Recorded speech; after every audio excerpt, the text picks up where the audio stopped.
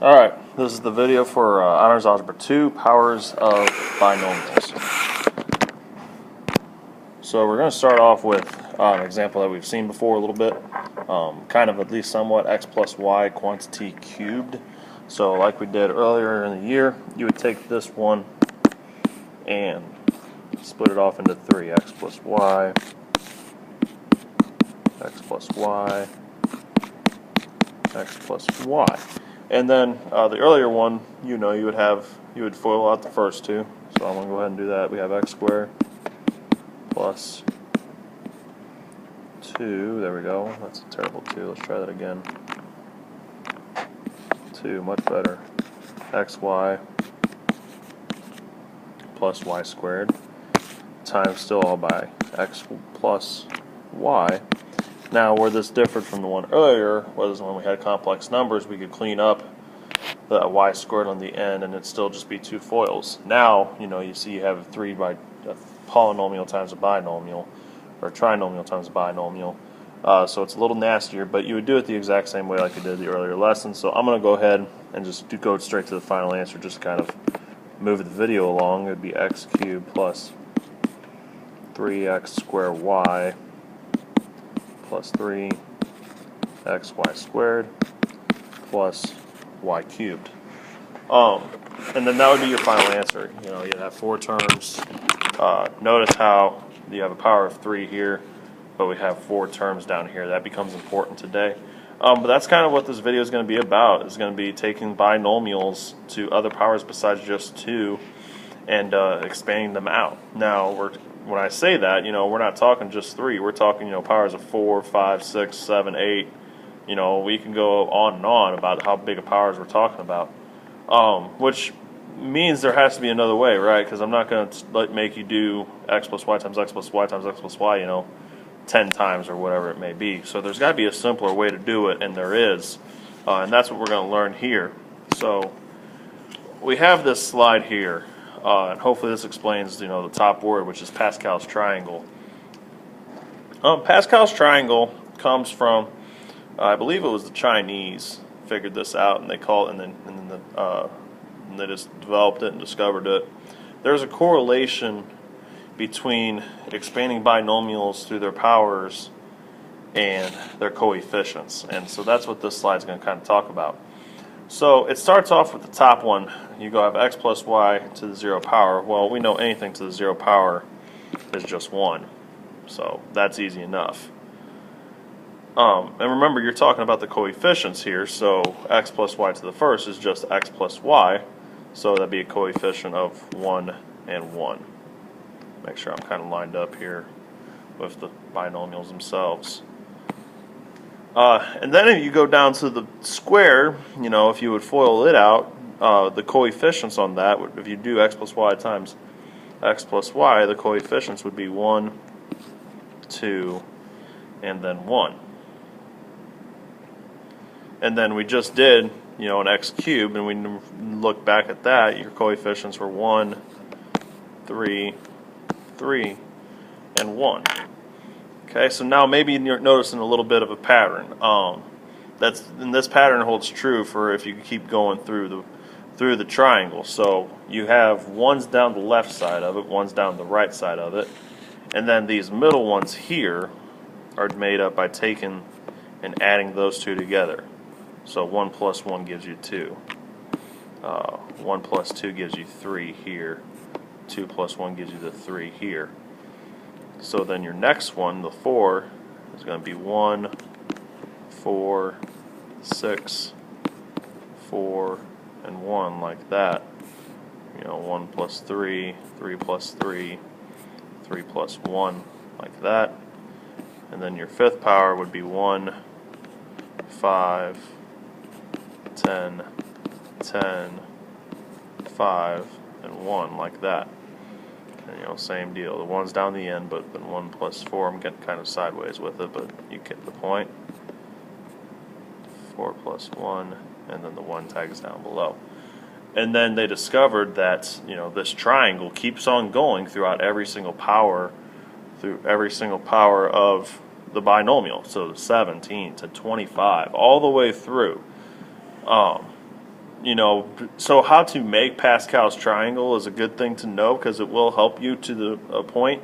Obviously, I'm not going to go full blown ridiculous with this because into like the 20s or even the teens, because it can get very long to make after a while, and plus you're going to learn a shortcut later on too. So, but for example, so now knowing that, we're able to do one like this. So as you can see, I have it kind of set up ready to answer, because we're going to have a lot of spaces and we're going to have x and y's all over the place. So if you continue on with Pascal's triangle from the last slide from your notes, you can do x plus y to the 6th, and then you can do your coefficients. So if you need to pause here and kind of write all those x's and y's down or if you just want to watch me do it one time and then pause it toward the end, whichever one you want to do. But the coefficients for x to the plus y to the 6 are going to be a 1, a 6, 15, 20. Make sure I get it in the right place now, because I got a typo. It looks like right there. That should be up by the y, but anyways, 15, and then 6, and then 1. So that takes care of the coefficients, x and y's down. Now, if you go back and look at the first example when we had x plus y to the 3rd, the first term was x to that 3rd power, the last term was y to that 3rd power. That's going to hold true here. So in this case, it's going to be x to the 6th power, like that. Let's get a better color there. X to the 6th power, and on the other end, it'll be y to the 6th power. But then you're trying to figure out, now you got a lot of other powers to figure out, and it's really easy once you get it expanded out like this, and that's kind of why I wanted to set this up. From here, if you look back also at the first one we did, your x's went from 3 to 2 to 1 to none, and your y's went from none to 1 to 2 to 3. That's because the x was first. Whoops, wrong screen. That's because the x was first here and the y was second. That also holds true throughout. So these x's go x to the 6, 5, 4, 3, 2, 1, and then none. And your y's come back the other way, going 6, 5, 4, 3, 2, 1, and none. So your final answer would be x to the 6th plus 6x to the 5th y to the 1st plus 15 x to the 4th y squared plus 20 x cubed y cubed plus 15 x squared y to the 4th plus 6x y to the 5th plus y to the 6th.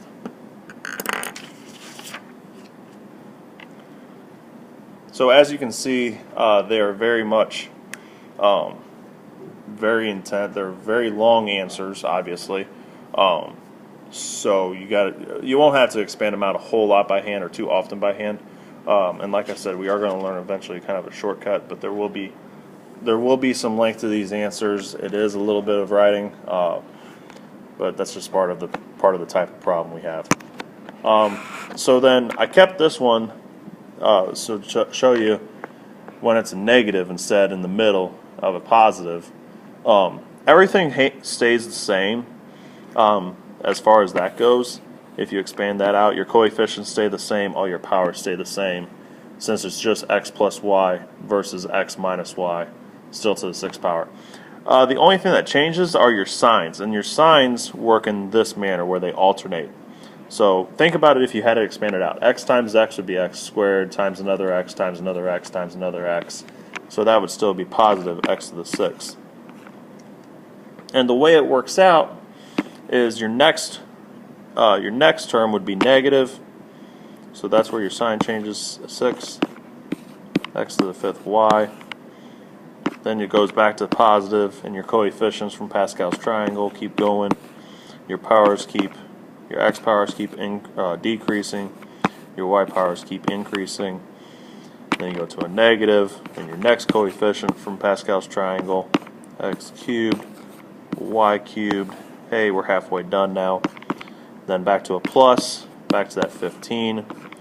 Now your x's keep going down, your y's keep going up. A negative again, 6x, y to the 5th. And one more, plus y to the 6th. So that's just to show you what happens when the sign changes on these as well.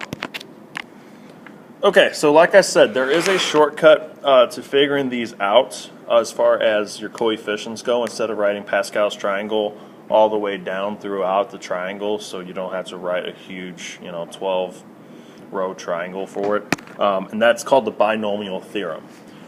There's a lot on this slide. Please do not let this slide freak you out. I'm going to try to do my best to explain it. The binomial theorem is, you can see how it starts with n of being a natural number, so n is an exponent, and you have a plus b. Now, if you look closely at this notation, you have n, then a small c, and then 0. You may not know what this means, so ignore this for right now. But you have a to the n, which was this power, right, and b to the 0. So this is just the first term that we used to have. And then it has nc1, and then you see we have nc2, and then all the way up to ncn until you get back to that other side, that last term, and n is this exponent. And then in the middle, the exponents work out. The other way to write this is really confusing over here, so don't even look at this mess. And I'll explain what this c is in just a minute. But a good concept summary of everything that you're going to do as far as whenever you have coefficients of 1s here is everything, these 5 bullet points right here. First one, there's always going to be one more term than what your exponent is. That's going to be huge going forward. Okay, you're always looking for one more term than your exponent. That exponent on the binomial is the exponent of the first term, your variable in the first term, and your variable in the last term. Okay, we already kind of talked about that. In successive terms, the exponent of a, in this case a, decreases by 1. Exponent of b increases by 1. We also talked about that. Sum of the exponents in each term should equal that term, in case you haven't picked up on that yet. And then the coefficients are symmetric. So for like x to the 6, it went 1, 6, 15, 20, 15, 6, 1. So it kind of repeats after you go up and then you fall back down. Big thing here is to remember this is when your coefficients equal 1. Once your coefficients don't equal 1, that kind of changes things. So alright, so this leads into kind of the rest of the second half of here and the binomial theorem, and we have x plus y to the 9th. So instead of writing out Pascal's triangle 3 more rows, which get huge, we're going to use the combo program that I gave you the other day. So the combo program, if I click here and show you, I'm going to show you the other place where it is. It's right here, and now you can kind of see where it says NCR. This is called combinations. There's 2 different ones. Let me go back real quick. Math, right over to probability. When you have probability, there's 2 concepts in probability called permutations and combinations. You want to work with combinations, but here's the deal. You don't even want to use this. The program that I gave you, that combo program, it does the exact same thing that this one does. Okay, so you're probably asking yourself, well, why did you give it to us then? I'll explain that in just a minute. So then let's go back to our problem here. We have x plus y to the 9th. So if you look at the last slide and the last notes and that whole mess, you saw that the terms went up. Let me back out of here real quick. They went from NC0 to NC1 to NC2 to NC3 to NC4 until you got to NC whatever N was. So like for our case, it's going to be 9C9. So 9C0, 9C1, 9C2, yada, yada, yada. Those are going to be your coefficients. So what we can do is go 9C0, 9c1, 9c, and I'm just writing this out this time so we see it, 9c2, all the way down until we get to 9c9. And then so to figure that out, and to figure out what those coefficients are, that's where you're going to use your program. So here's how the program works. You hit program, you go to combo, you hit enter, you start it up. So n, the first n is always going to be whatever exponent you have. So n is always whatever exponent, in our case 9. You hit enter, and then it's going to ask you for r. And r is whichever term you're talking about, or whichever, starting with 0. Because you have to start with 0 because you go from 0 through 9. Because we have one more term, so we have 10 terms. So from 0 to 9. So program combo 9, 0, enter, and it says 1. So we know our first term then is going to be 1x to the 9th. Okay, so if you want to write that down in your notes while I'm doing this, because I really can't bounce back and forth. Where your program comes in handy is this. If you were going to use the calculator's combination, you would have to hit math again, go back over to probability to go get it. Now, you can just rapid fire because you can hit enter again, and it starts that program back up. So instead of just going through all that rigmarole of hitting math, arrowing to the right, or to the left rather, down to it, and then going to the boxes and plugging it in, you can just hit enter and go 9, enter, 1, enter. And the coefficient is 9. So then you have your next coefficient, 9x to the 8th y. And we hit enter again and start it back up again. And then we go 9, enter, 2, enter. The also nice part of this is now you don't lose track where you're at. So 9, 1, 9, 2, hit enter. Your next coefficient's 36. Your variables would be x to the 7th y squared. Then you do it again. 9, enter, 3, enter, 84. So 84, x to the 6th, y to the 3rd. And then you go hit it again. 9, enter. Now we're at 4, enter, which is 126. So we're at 126, x to the 5th, y to the 4th. Then we go 9, enter, 5, enter, which is also going to be 126. So now that you have back-to-backs, you know this now, so I can go back to here and kind of catch us up. So the way I would do it, I would write like this, kind of C0, C1, C2, C3, C4, C5, C6, C7, C8, C9. We know that 0 was 1. Let's do a different color here. 1, 9, 36, 84, 126, and 126. Now because they're symmetric, now we know they're going to go back down the other way. So from 126, we're going to go 84 to 36 to 9 to 1. Okay. However you guys want to do it. There's really not a good way to write those out. If you kind of want to work with your answer as you work with the coefficients, that's fine also. It's just kind of up to you on how you want to go about doing it. But then once you have all that, you write down your full-blown answer, which, yes, will be a long answer. But you have x to the 9th plus 9 x to the 8th y plus 36 x to the 7th y squared plus 84 x to the 6th y to the 3rd. Really hope I don't screw this up along the way someplace. Plus 126 x to the 5th y to the 4th plus line 2 126 x to the 4th y to the 5th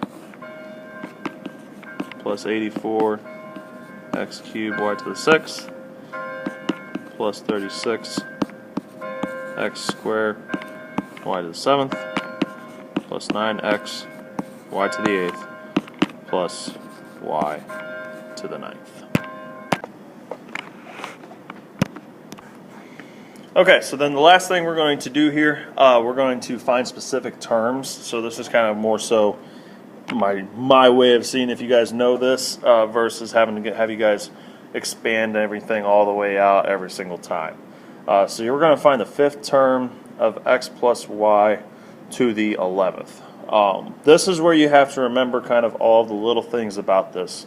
The main one is that since you have the exponent of 11, the main one you want to know is that you have 12 terms. Okay, so since you have an exponent of 11, there's actually 12 terms. There's always one more term than your exponent has. So since you know this, and we want to find the 5th term now. So the other part you remember is that when you do your combinations, you always start 11 combo 0. So you always start with 0. And then since that'll be the coefficient to your first term. 11C1 will be your second term.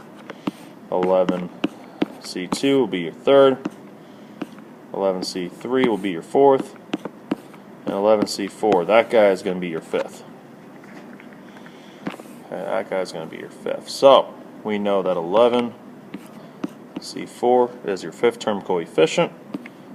Since the variables are x and y here, they're going to be x and y here. Now the only thing we've got to figure out is our exponents. And since we are 5 terms in, that means 12 minus 5 will be 7, and that will be the exponent that goes on x. And then remember that the sum of these two need to equal your exponents, so we need these to be 11, which means y is 4. So the last thing to do is go to your program, run 11 and 4 through. Should give you 330 x to the 7th, y to the 4th. And that's your answer. So like I said, some of those will be shorter like that, where you just have to find one specific term. You will have to expand some out, and yes, I realize how long that takes. There will be other ways once we get to quizzes and tests that I kind of test to see if you know what you're doing. You know, on a test or quiz, you'll probably only have to expand one out fully, and it won't be anything probably bigger than, you know, an 8 or 8 or 7 or something like that. So nothing humongous, even though 8's still a lot of writing. So, but anyway, that's the end of this lesson.